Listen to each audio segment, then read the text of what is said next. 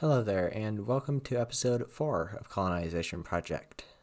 In this episode, we will be going to the Mun and the Minmus, and that's about it. On screen right now, we're going to Minmus. That's one of the two destinations, I guess.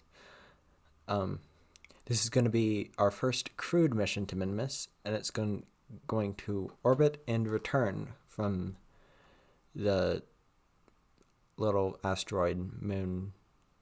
I mean, is it really an asteroid moon? I think Gilly's the definition of an asteroid moon, I guess. Anyway, you can see we're performing our orbital insertion right now. And you may also notice we have not only the capsule we've been using for the previous Mun mission, but we also have a little passenger compartment as well. This is because we are playing with USI life support, and each capsule has about 15 days worth of food and water basically, and Kerbals can actually turn into tourists if you don't provide them with good enough habitation space, which is why we have that little habitation module down there just to prevent them from going stir crazy, I guess. Right now we're performing our trans-minimus injection. It's pretty simple. We've done this before with the Minmus 1 mission, which, if you remember, landed on Minmus and basically landed, and that's it.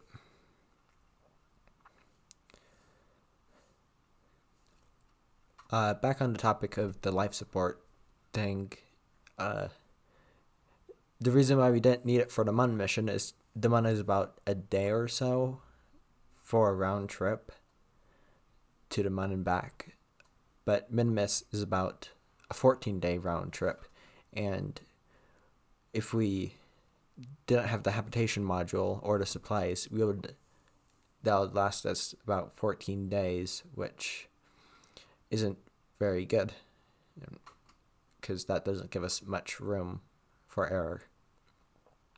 You also may notice that the suit textures are kind of broken. That is because I tried getting the suits more like just the suit replacer, but apparently texture replacer, which is what allows the reflections and the parachutes to the reflections to be on the helmets and the parachutes to not be on the backpacks, doesn't like the 1.10 update because they both do the same purpose, I guess, in terms of Kerbals. Anyway, we have reached orbit of Minimus right now, and we are simply doing some science because this is not a contract mission. Well, I mean, it is sort of a contract mission because we're completing a contract to orbit Minimus with crew, but it's mainly for science because, once again, we need a lot of it. As you can see, we're just time warping around the planet for different biomes so we can get EVA reports,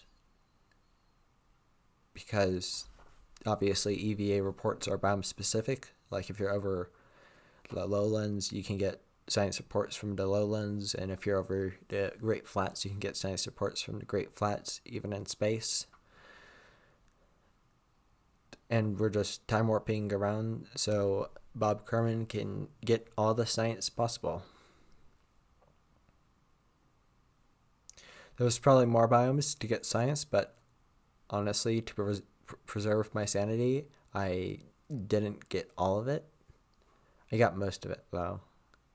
Also, we weren't in a polar orbit, so we couldn't get all the biomes, even if we tried.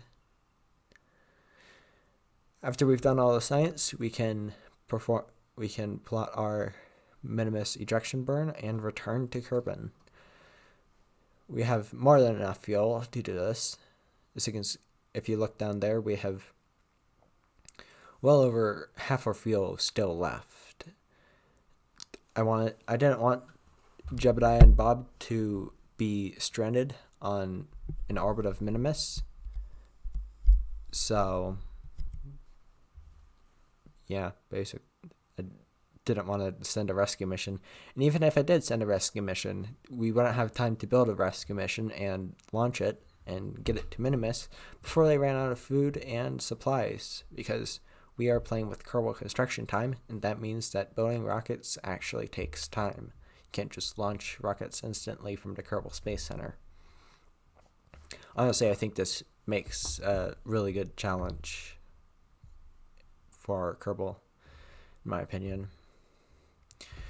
So you can see we are really close to Kerbin right now, and we just detached the transfer stage, and we are now in the atmosphere. You can deploy the parachutes,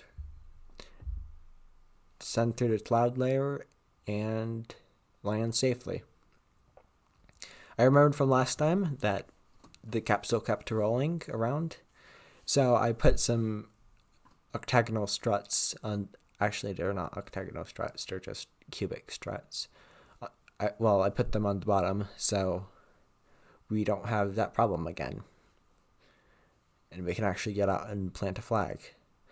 Now, I had some trouble getting into the capsule again, but this was easily solved by removing some of the struts, and we can hop over to the next launch. This will be our first attempt at recovering a rocket, and I don't think we're going to ever reuse it because I forgot to set it to where we can actually do that. But we can at least recover the funds back, which is pretty nice. Anyway, the solid rocket booster is detached quite a while ago, and we are coming up on first stage separation. And there goes the first stage. I was trying to recover the solid rocket boosters. However, the solid rocket boosters kept on bumping into each other and exploding. That's not very good for recoverability, so we are unable to recover that. So it's not a fully reusable rocket, only the first stage, the first core stage is actually reusable. Anyway, let's actually reuse the core stage. Now I'm using FMRS, or Flight Manager for Reusable Stages, to recover the vessels, and that basically allows you to time travel in between stage separation points, so you can actually recover the vessels, basically. The grid fins weren't enough to keep it stable, but the parachutes have already deployed, and we actually have a lot of drag in both ways, so it didn't really matter. Anyway, we splashed down, and we can hop back over to the Mun mission. Actually, I don't even think I told you what this mission was. We have a contract to scan the Mun for, not resources, definitely not, but the contract was to complete a low-resolution altimetry scan of the Mun. And that's what we're launching, I guess. Putting it into a polar orbit so we can scan the entire T of the Mun.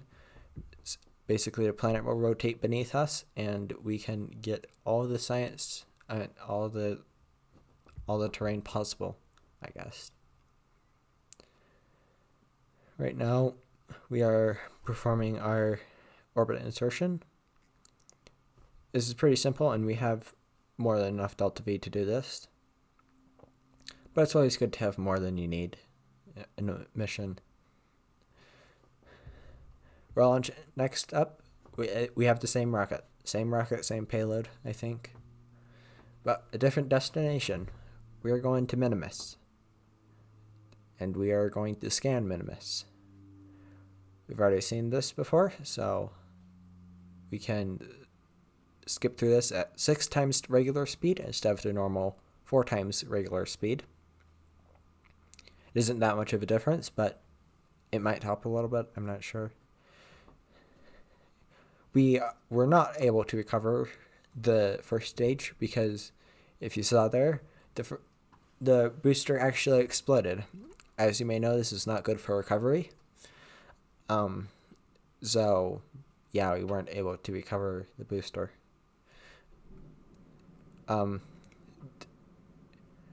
Now, I could have recovered the top part, but a probe core, a couple parachutes, and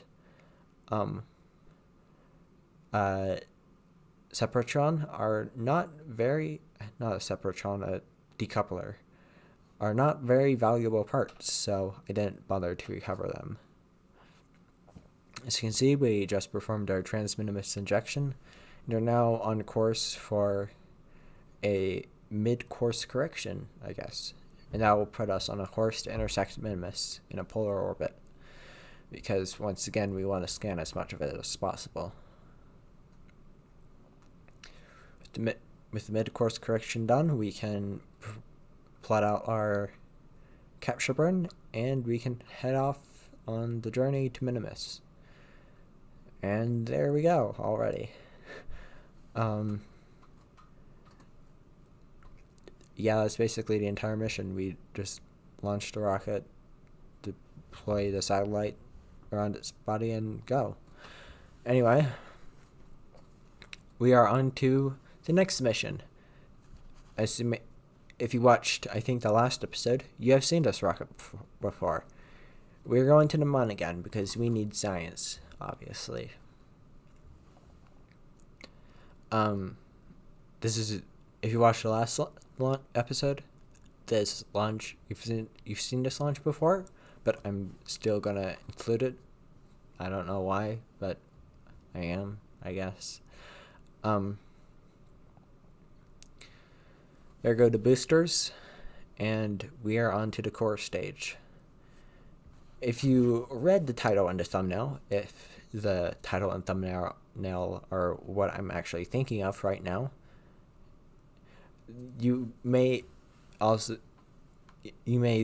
think that this mission is going to go wrong, and if you think that, you are absolutely right. How it goes wrong, you will see soon. Hopefully. Yeah, probably. Because this is all post commentary, so I know what happens. And yeah, basically. Anyway, we are performing our orbital insertion right now.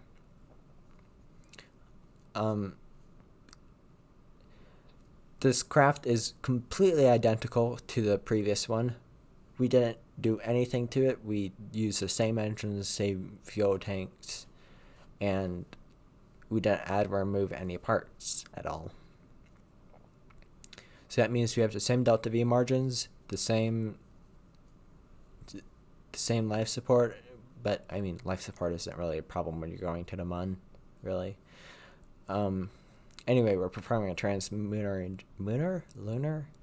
I guess it would be mooner, because it's the moon, not the moon. Anyway, we're performing our injection and plotting our capture burn. Alrighty, we're at the moon, and we can open the little X science here and now thing to get the maximum amount of science possible, because I'm not that good at keeping track of science. It's just like,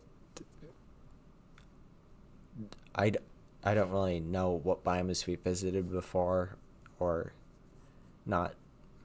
Anyway, we can get into a low orbit and plot our descent and landing. There's no entry because there's no atmosphere on the moon. I guess the moon actually does have like the moon in real life does have an exosphere, which is just like a bunch of like a very thin atmosphere, basically. At least I think so. I'm not entirely sure. Anyway, I wanted to hit the little craters and the big craters in the southern hemisphere. Turns out to be the twin craters that we're aiming for.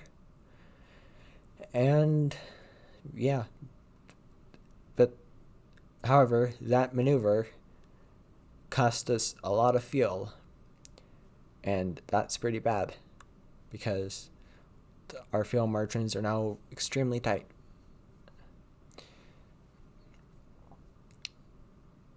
After the second stage is gone, we can switch to the lander stage, and I wanted to hit the twin craters and not the lowlands, I think was what our biome was in, and we can come in for our landing. I'm slowing this down to 1 time speed so I can see the landing clearly, I guess.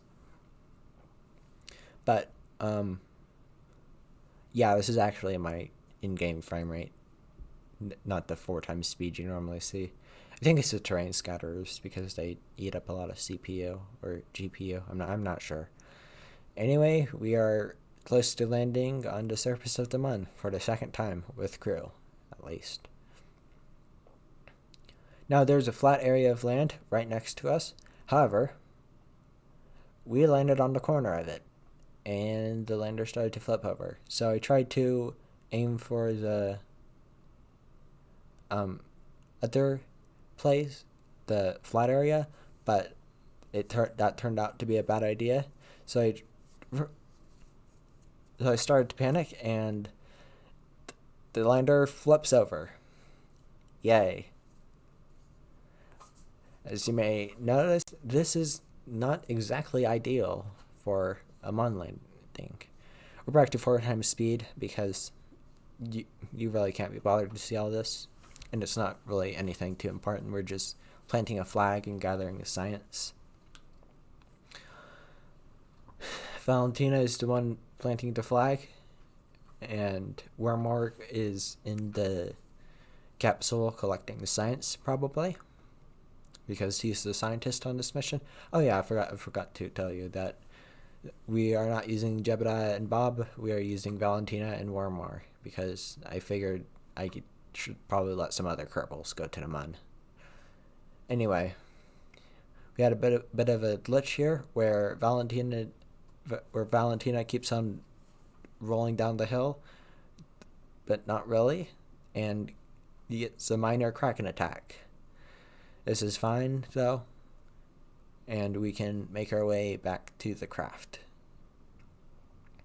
Once we're there, we can collect some more science and think of ways to safely get off the moon and back to Kerbin. I got one more out on EVA here just to reset the Mystery U and Science Junior, because those experiments, you need a scientist to reset them, obviously. And after that, he can get back into the capsule. Now I was trying to aim to sort of go on the ridgeline, so we're pointing more or less vertically. However, we stopped right before it, and we couldn't get back. After a while, we can try and get off the surface, and look at that. We have successfully, lifted off of the surface of the moon without blowing anything up.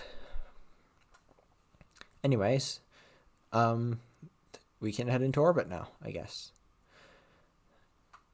Yeah, it's a pretty simple moon ascent. It's mostly horizontal speed because on Kerbin we have an atmosphere to worry about, but on the moon we have no atmosphere to worry about. So we can just accelerate horizontally and basically not worry about having an atmosphere to slow us down. We have to worry about terrain though, because we don't want to be colliding into the terrain. Obviously that would be pretty bad. Another thing you may notice, we don't have enough delta V. Both the inclination change and the hovering were very inefficient maneuvers. So basically what I thought we could do is get Valentina on EVA. It's pretty dark, so I'm not sure if you can see it that clearly. And basically use the EVA pack to get the rest of the way home. because EVA fuel and Kerbal Space Program is unlimited, the only limit is the EVA propellant, and that is actually a very big limit because we have ran out of it, and running out of EVA propellant in space is probably a really bad idea. And Valentina is floating in space and probably will be for the rest of time because it was near impossible to get Valentina back into the capsule. Long story short, we just used Wormware's EVA pack to get the rest of the way home, and unfortunately we had to leave Valentina in space. Yeah, unfortunately. But Wormware got back, and we got the science. So it's not a complete loss, but we did lose the first Kerbal of this series. Wormware's ascent was pretty safe, I guess. It was, no problems arose, except for the fact that we forgot the girders, or struts this time. So we rolled down the hill, and eventually come to a stop in a little valley at the bottom. However, this probably was not the most comfortable place for Wormware to be right now. But that will be the end of the episode. Thank you for watching, and I will see you in the next one.